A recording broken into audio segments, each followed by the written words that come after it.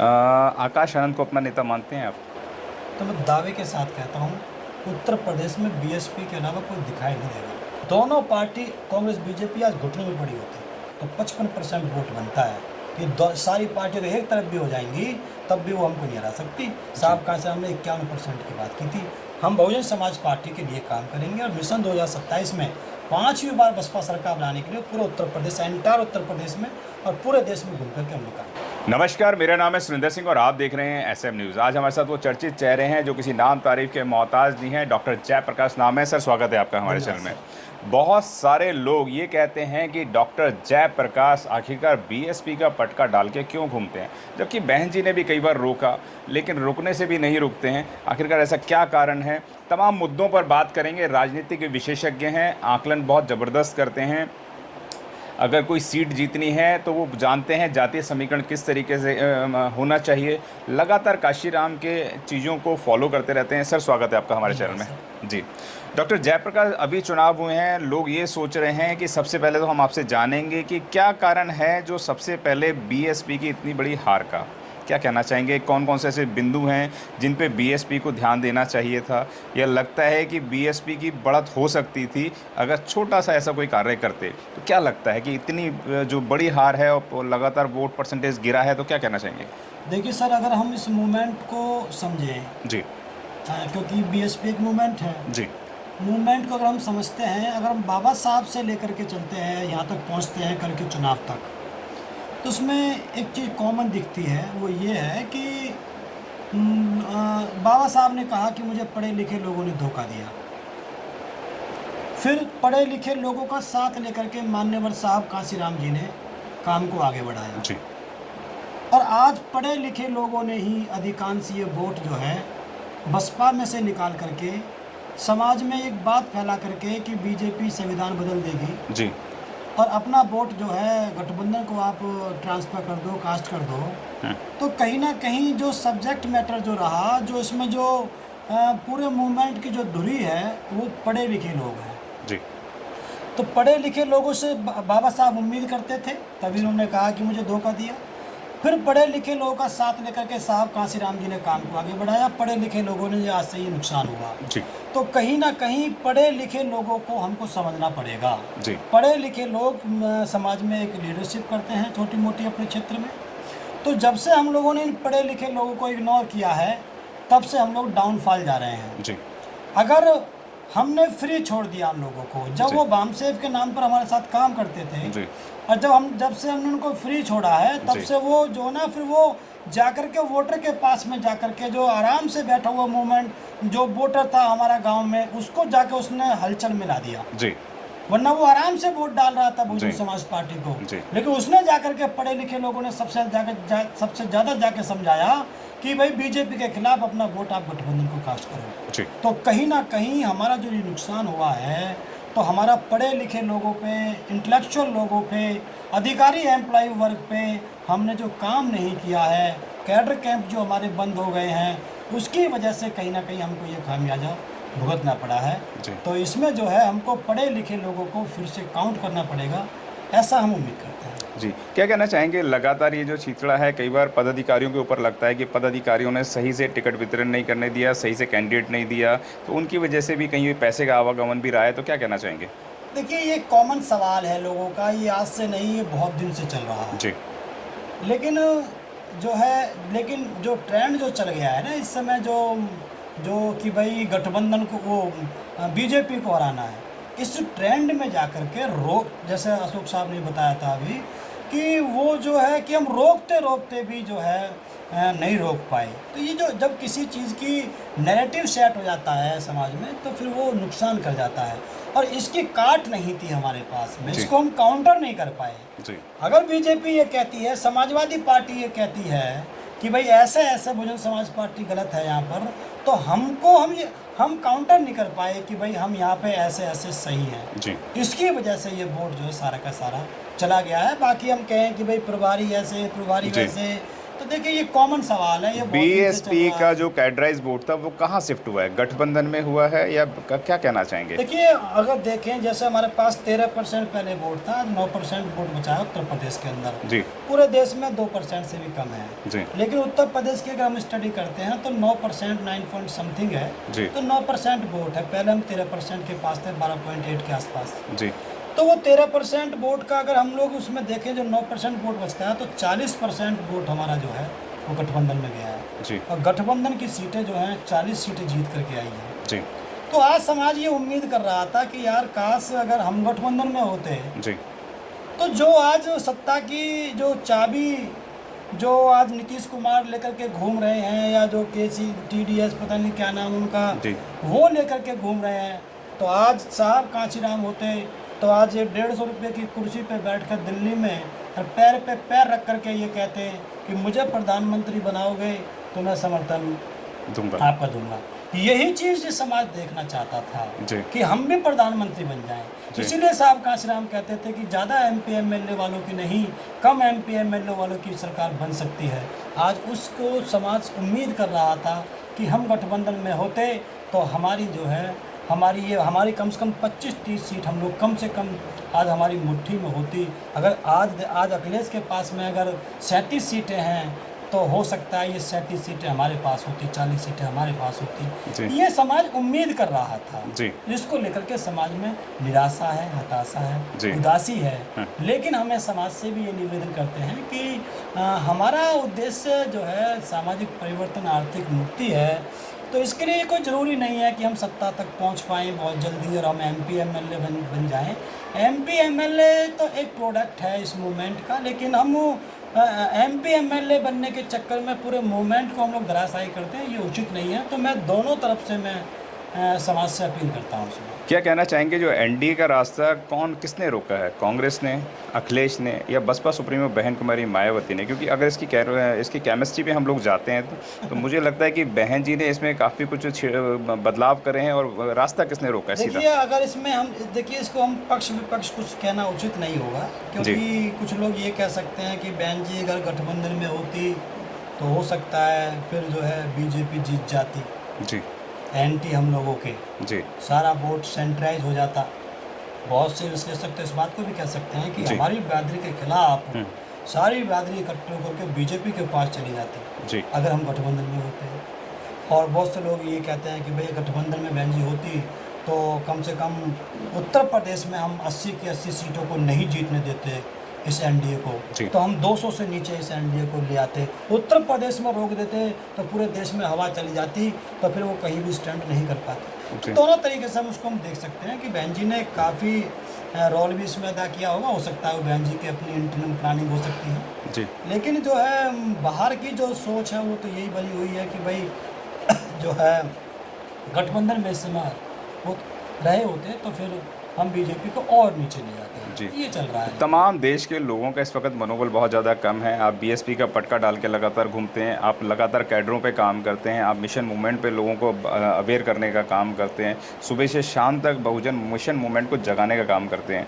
तो क्या कहना चाहेंगे पूरे देश के लोगों से? देखिए मैंने सर जो स्टडी करी है पार्टी में 2003 से मैं काम कर रहा हूँ, जब से लेके अब तक जो मैंने स्टडी करी है वो ये है कि लगभग 90% लोग, जिन लोगों के दम पर ये बहुजन समाज पार्टी और ये मूवमेंट खड़ा हुआ था और बहुत ऊंचाई तक पहुंचा था, उन लोगों में से 90% लोग अपने घर पे बैठे हुए हैं। जी चाहे वो निकाल दिए इसलिए, चाहे वो चले गए इसलिए, चाहे किसी वजह से दिक्कत आ गई इसलिए। तो जिन लोगों के दम पर ये पार्टी और मूवमेंट खड़ा हुआ था वो 90% लोग आज बाहर हैं। जी तो जो असली माल है इस मूवमेंट का, इस पार्टी का, वो तो अपने घर पे बैठा हुआ है, रिजल्ट कहाँ से आएगा? जी तो हम लोगों ने ये तय किया है, अशोक साहब ने और मैंने, हम लोगों ने ये तय किया है कि जितने भी हताश, निराश और उदास लोग हैं, हम इन लोगों को इनके घर पे जा कर के बातचीत करेंगे, इनके सवालों के जवाब देंगे और इनको हम एक्टिव मोड में ला करके तो बहुजन समाज पार्टी अथवा यूँ कहें कि इस मूवमेंट का सुरक्षा कवच तैयार करेंगे। जी क्योंकि जो असली माल है वो बाहर है। जी असली माल अब इस समय अंदर नहीं, रिजल्ट जिस प्रकार से आ रहा है तो 10% लोग असली हैं, बाकी तो जो कैसे काम चल रहा है वो चल ही रहा है, हम उस पर टीका टिप्पणी नहीं करते। लेकिन जो असली बहन जी कैसे 10% लोगों से काम चला रही हैं तो बहन जी जानती हैं, बहन जी भी कहती रहती हैं कि अगर मैं सभी को निकाल दूँ तो अगर मैं निकम्मे की बात करूँ तो ये अधिकांश ऐसे हैं, तो मैं काम किससे लूँगी। ठीक बात है। लेकिन जो असली माल है वो बाहर है, तो हमने ये तय किया कि असली माल पर हमको जाना है और इन लोगों को एक्टिव मोड में ला करके बहुजन समाज पार्टी और इस मूवमेंट के सुरक्षा कवच के रूप में हमें इसको घेरे के रूप में तैयार करना है कि कहीं जी। ऐसा ना हो इस मूवमेंट को कोई गलत हाथों में ये चला जाए। जी तो जो आपने कहा कि हम इस पे जो है अब हमारी स्टडी यहाँ तक पहुँच चुकी है जी और जिसके लिए हम लोग काम करेंगे और मिशन 2027 बना करके जी उत्तर प्रदेश में 5वीं बार बसपा सरकार बनाने हेतु जी। हम लोग अपना प्रोजेक्ट तैयार करेंगे। जयप्रकाश कोई नई पार्टी संगठन तो नहीं बनाने वाले? नहीं, कुछ नहीं। मैंने पहले भी कहा, मैं आज फिर कहता हूँ समाज के लोगों से कि मेरा उद्देश्य पार्टी बनाना नहीं है, मेरा उद्देश्य पार्टी को बचाना है और हम आखिरी सांस तक हम बहन जी के साथ रहेंगे, जी। ये मेरा उद्देश्य है। आकाश आनंद को अपना नेता मानते हैं आप? देखिए, आकाश आनंद जी के लिए मैंने पहले भी कहा था कि किसी के कहने मात्र से कोई नेता नहीं होता है। जी साहब कांसीराम ने जब बहन जी को अपना सक्सेसर अनाउंस किया था जी। लखनऊ में, जी तो केवल इसलिए नहीं मान लिया था बहन जी को कि साहब ने अनाउंस किया है। जी बहन जी उस समय काम करे हुए नेता थी, रिजल्ट दी हुई नेता थी, साहब के साथ संघर्ष की हुई नेता थी। जी तो समाज की एक्सेप्टेंस थी कि साहब कांसीराम बहन जी को अपना सक्सेसर अनाउंस करें। जी तो मैंने जब आकाश भाई को जब वो राष्ट्रीय ये बनाया था, कोऑर्डिनेटर बनाया था, नेशनल कोऑर्डिनेटर, मैंने तब भी कहा था जी कि उनके नेतृत्व में अब चुनाव होंगे आगे चल जी। कर। उनके नेतृत्व में दिल्ली का चुनाव हुआ, राजस्थान का चुनाव हुआ, मध्य प्रदेश का चुनाव हुआ, छत्तीसगढ़ का चुनाव हुआ, पंजाब का चुनाव हुआ, उत्तर प्रदेश का चुनाव हुआ और अभी फिर भी यूपी का भी चुनाव हुआ, फिर से अब जो लोकसभा का चुनाव हुआ। तो ये जो रिपोर्ट कार्ड है ये तय करेगी कि आकाश भाई इस मूवमेंट को ले जाने के लिए कैपेबल हैं या नहीं। जी। अगर आकाश भाई इस कारोबार को आगे लेकर के चले जाते हैं तो जयप्रकाश उनकी भीड़ का हिस्सा बन करके सबसे पीछे भी खड़ा हुआ आपको मिलेगा।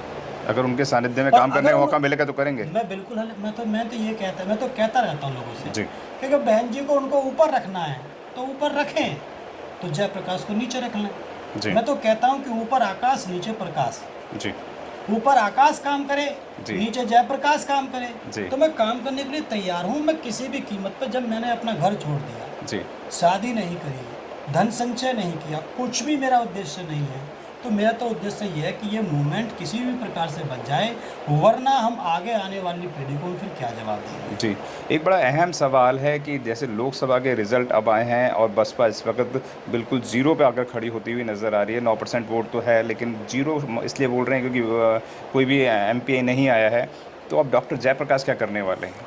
देखिए, मैंने पहले भी बताया कि हम लोग ये चाहते हैं कि जो लोग हताश, निराश, उदास लोग हैं, जी हम उनके बीच में जाएंगे, जी उनसे बातचीत करेंगे कि जी। भाई आप अपनी एनर्जी और अपने आप के रिसोर्सेज जो हैं, जी जिनको आप जाया जा रहे हैं, जो इस समय निष्क्रिय पड़े हैं, इनको आप एक्टिव मोड में लाइए। जी और हम इस सुरक्षा कवच के रूप में, अगर कोई नुकसान हो गया तो एक गार्जियन के रूप में हम लोग रहे हैं यहाँ पर। अगर देखो, जब कोई बच्चा चलना सीखता है तो उसको पता होता है कि मेरे पीछे मेरा गार्जियन खड़ा हुआ है, मेरे पेरेंट्स खड़े हुए, मुझे उठा लेंगे। जी।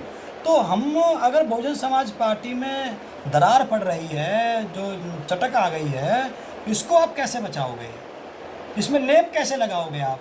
तो इसके लेप लगाने के लिए अगर किसी कारणों से नुकसान हो रहा है तो बचाने वाली जो ग्रुप है वो क्या कर रहा है? जी क्या ये देखते रहना कि भाई ये ख़त्म हो रही है तो इसको होने दो? नहीं, हमारी बुद्धि मानी, क्योंकि बाबा साहब ने भी कहा था कि जब आपका समाज संकट में फंस जाए तो समझ लेना बुद्धिजीवी वर्ग सही दिशा में काम नहीं कर रहा है। जी। तो आज हम संकट में जा रहे हैं, अगर संकट में जा रहे हैं तो बुद्धिजीवी वर्ग सही काम नहीं कर रहा है। हमारी ड्यूटी बनती है, इंटेलेक्चुअल लोगों की जिम्मेदारी सबसे बड़ी बन जाती है कि हम उसको सही दिशा दिखाएं। तो इसलिए जो है हम लोगों ने ये तय किया है कि हम सुरक्षा कवच तैयार करेंगे। बाहर से जो लोग घर बैठे हुए हैं उनको एक्टिव मोड में ला करके बहुजन समाज पार्टी के पक्ष में वो काम करें, इसके लिए हम लोग जो है डॉक्टर जयप्रकाश 2027 के लिए क्या करने वाले हैं? लोकसभा खत्म हो गई है, विधानसभा की तैयारी को किस तरीके से कर रहे हैं, क्या रणनीति है, वह हमारे दर्शकों को बताएं। देखिए, एक तो ये है कि जैसे अभी अशोक साहब ने भी कहा था कि अगर जयप्रकाश की बहुजन समाज पार्टी में वापसी हो जाती है तो मैं दावे के साथ कहता हूँ उत्तर प्रदेश में बीएसपी के अलावा कोई दिखाई नहीं देगा। क्योंकि एक कहावत है ना, लोग भी कहते हैं मैं सिंपल कपड़ों में लेकर के डंडा लेकर के खड़ा हो जाऊँ, कोई भी आप भी हो चाहे कोई भी हो, डंडा लेके खड़ा हो जाए तो ट्रैफिक वाले उसकी बात नहीं सुनेंगे। और आपके हाथ में डंडा भी नहीं है लेकिन आपके पास पुलिस की वर्दी है तो आपके डंडा तो छोड़ो, आपके हाथ से इशारे से काम है, ये तमका होता है जी। अगर मेरे पास ये चीज़ होती, जितने संसाधन बहन जी ने आकाश भाई को दिए हैं, जितने आशीर्वाद बहन जी ने आकाश भाई को दिया है, इतने दिन अगर 6 साल तक ये मेरे पास में इसका 50% भी अगर मेरे पास में रह जाता तो मैं दावे के साथ कहता हूँ दोनों पार्टी कांग्रेस बीजेपी आज घुटनों में पड़ी होती, घुटनों तक लाने का हमारे पास वो क्षमता थी जी। मेरे पास बहुत अच्छी प्लानिंग्स हैं। क्या है, दो तमाम दर्शक जानना चाहते हैं किस स्तर तो पर। मैं ये देखिए, पहली बात तो ये है कि जब तक हम अपने समाज में कॉन्फिडेंस पैदा नहीं करेंगे कि हम सत्ता में आ रहे हैं तब तक दूसरी बिरादरी हमारा साथ नहीं देगी जी। आज मुस्लिम समाज हमसे क्यों छटक गया? कैंडिडेट हम देते हैं उसके बावजूद भी वो हमको वोट क्यों नहीं दे रहा है? जितने बहुजन समाज पार्टी ने मुसलमानों को उतारा उतना ही मुस्लिम समाज में हमारे खिलाफ मोर्चा खोला। अच्छा, बीजेपी को जिताना है, इस चक्कर में आकर के टोटल मुसलमान हमारे खिलाफ चल रहे। थोड़ा बहुत पिछली बार मिला था वो अभी भी नहीं मिला, इसलिए बहन जी ने कहा कि हम जो भी कुछ उन्होंने कहा है। तो मेरे कहने का मतलब यह है कि हमको अपने समाज में कॉन्फिडेंस है, उसके बाद कम से कम 4 बिरादरी आपके साथ होनी चाहिए। एससी मुस्लिम आपके साथ में कंपलसरी होना चाहिए, तीसरी बिरादरी आपके साथ में कैंडिडेट की होनी चाहिए। और उत्तर प्रदेश ऐसा स्टेट है जहाँ पर एससी मुस्लिम और कैंडिडेट की बिरादरी को साथ जोड़ दिया जाए तो 55% वोट बनता है। ये सारी पार्टियाँ तो एक तरफ भी हो जाएंगी तब भी वो हमको नहीं हरा सकती। साहब कहाँ से हमने 51% की बात की थी जो चलता है। तो हमारे पास तो प्लानिंग बहुत अच्छी है लेकिन हमारी बात अभी सुनते नहीं है लोग, बाकी भाई कुछ पद पे नहीं है। लेकिन कोई बात नहीं, हम तो फिर भी खुट कर रहे हैं। तो जो आपने कहा कि क्या प्लानिंग है, हमारे पास अच्छी प्लानिंग्स है। मैं तो कहता रहता हूँ। क्या 2027 के अंदर पुनः वापसी होगी बसपा की? अगर मैंने कहा ना, अगर बहन जी हमको वापस ले लेती है तो मैं किसी को मौका ही नहीं पड़ेगा बसपा के अलावा जी। अब मैं तो कहता था जितने संसाधन बहन जी ने आकाश भाई को दिए हैं उसके 50% और समय अगर मुझको दे दिया जाता तो मैं तो अब तक किसी को टिकट नहीं देता यहाँ पर जी। मेरा तो काम 24 घंटे का ही है। मेरे पास तो ना बीवी है, ना बच्चे, ना बिजनेस है जी, ना घर है, ना परिवार है, कुछ नहीं। मैं तो 24 घंटे क्या, मैं तो 48 घंटे दे दूँ 24 घंटे में से जी। तो इसलिए जो ना, लेकिन अब बहन जी का जुडिक्शन का मामला है, वो क्या करती है, कैसे करती है। तो कहने का मेरा मतलब ये है कि हम लोग 2027 की तैयारी करेंगे जी। और मिशन मूवमेंट हमारे लिए प्राइमरी है, MP MLA बनना हमारे लिए सेकेंडरी है। हम बहुजन समाज पार्टी के लिए काम करेंगे और मिशन 2027 में 5वीं बार बसपा सरकार बनाने के लिए पूरे उत्तर प्रदेश, एंटायर उत्तर प्रदेश में और पूरे देश में घूम करके हम लोग काम करेंगे जी। आप थे हमारे साथ डॉक्टर जयप्रकाश, जिन्होंने बताया कि 2027 के अंदर पुनः वापसी होने वाली है BSP की, अगर हमें सिस्टम में काम करने का मौका मिलता है तो।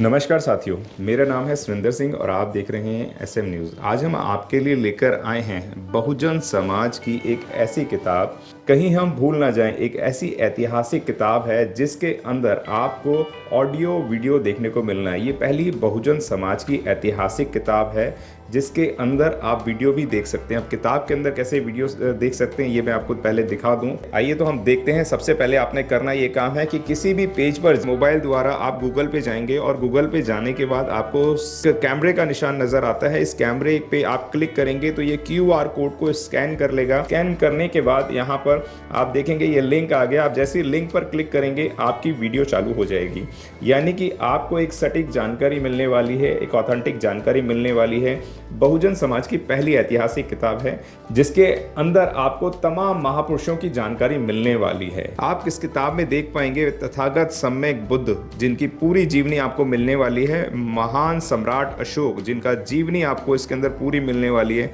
संत कबीर दास, संत शिरोमणि गुरु रविदास, सम्राट मीर भोज, जिन्होंने इतिहास रचने का काम किया। गुरु घासीदास बाबा, वीरांगना झलकारी बाई, वीरांगना उदा देवी पासी, नागेली वीरांगना की कहानी, एकलव्य जिसका अंगूठा काट लिया था धोखे से, चोखा मेला हरिचंद ठाकुर, ज्ञानदीप छत्रपति शाहूजी महाराज, बिरसा मुंडा, ज्योतिबा फूले, माता सावित्रीबाई फूले, फातिमा शेख, ईवी रामास्वामी, स्वामी अच्युतानंद, बाबा साहब डॉक्टर BR अंबेडकर, जिनका मूल ग्रंथ आपको इसमें छोटी सी किताब में मिलने वाला है। आप ऑडियो भी देख सकते हैं, वीडियो भी देख सकते हैं। माता रमाबाई, मोतिया रावण कंगाली, सरदार उधम सिंह, ललई सिंह यादव, दशरथ मांझी, शिव दयाल सिंह चौरसिया, कपूरी ठाकुर, भवरी देवी, मान्यवर काशीराम साहब, जिन्होंने इतिहास को दोबारा दोहराने का काम किया था, वीरांगना फूलन देवी, बहन कुमारी मायावती, संकल्प भूमि और पूना पैक्ट, बहुजन समाज का एक मूल ग्रंथ यह आपके पास आ गया है और आप इसको बिल्कुल भी देरी ना करें। तो साथियों, अगर आप ये किताब मंगाना चाहते हैं तो डिस्क्रिप्शन बॉक्स में जो आप नंबर देख रहे हैं, इस नंबर पर आप हमें अपना ऑर्डर बुक करा सकते हैं। कितनी किताब आपको चाहिए? यदि आप चाहते हैं कि यह किताब पूरे भारतवर्ष में घर घर नजर आए तो आप इस वीडियो को ज़्यादा से ज़्यादा शेयर करें, लाइक करें, शेयर करें, अपने कमेंट हमारे सुझाव बॉक्स में ज़रूर दें और किताब को अपने घर पे मंगाना बिल्कुल भी ना भूलें। अगर आपने अभी तक हमारा चैनल सब्सक्राइब नहीं किया है तो सब्सक्राइब करें और घंटी का बटन बिल्कुल भी दबाना ना भूलें ताकि सभी लेटेस्ट खबरें पहुँच सकें आप पे सबसे पहले।